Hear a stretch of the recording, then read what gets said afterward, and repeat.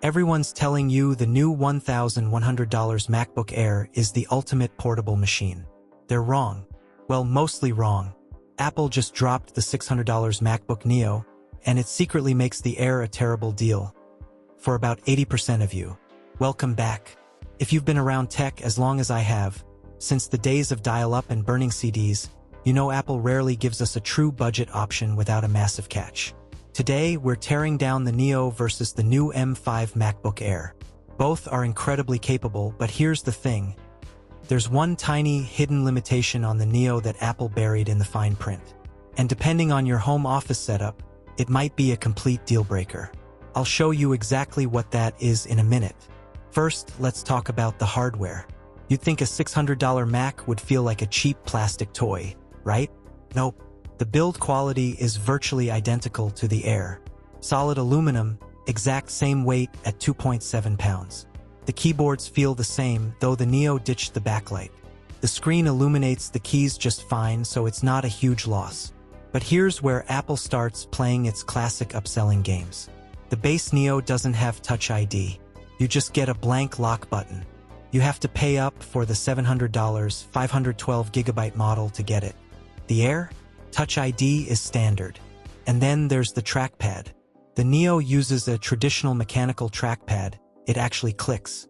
The Air uses that magic Force Touch haptic engine where it just tricks your brain into feeling a click. NASA called, they want their engineering back. Honestly, the Neo's physical click takes a second to get used to, but it's super responsive. But let's talk about plugging things in, because this is where the Neo gets really weird. I know what some of you are thinking. I just need a couple of USB ports. Who cares? Well, you might. The Air gives you MagSafe charging, which frees up your ports, and 2 Thunderbolt 4 ports. You can run 2 external displays up to 5K resolution, even with the lid open. The Neo? It gives you 2 regular USB-C ports. One is USB 3.1, and the other is literally USB 2.0 speeds. Welcome back to 2004. It charges at a slow 20 watts, compared to the Air's 70-watt fast charging. And remember that hidden catch I teased earlier? Here it is. The Neo only supports one single external display out of the top port, and it maxes out at 4K. If you have a dual monitor setup in your office, the Neo just disqualified itself.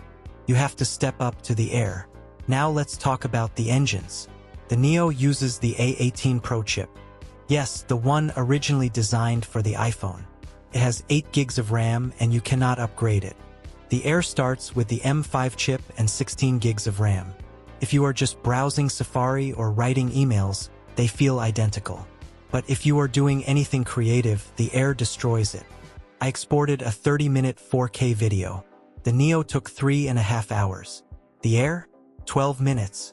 That is the difference between going out for a nice steak dinner and just grabbing a cup of coffee. The Air is basically a MacBook Pro Jr. And the Air gives you about 3 to 4 more hours of battery life, plus a center stage webcam that follows you around the room. The Neo just gives you a standard solid webcam. But let's be fair to the Neo. Comes in some incredibly fun colors. You've got citrus green, indigo blue, blush. The Air is sticking to the classic corporate silver, starlight, and the fingerprint magnet midnight.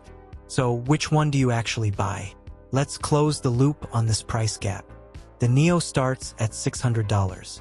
The Air starts at $1,100, but it comes with 512 gigs of storage.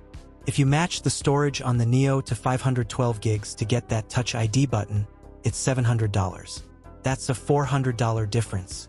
If your daily marathon consists of Safari, Slack, and Microsoft Word, buy the Neo.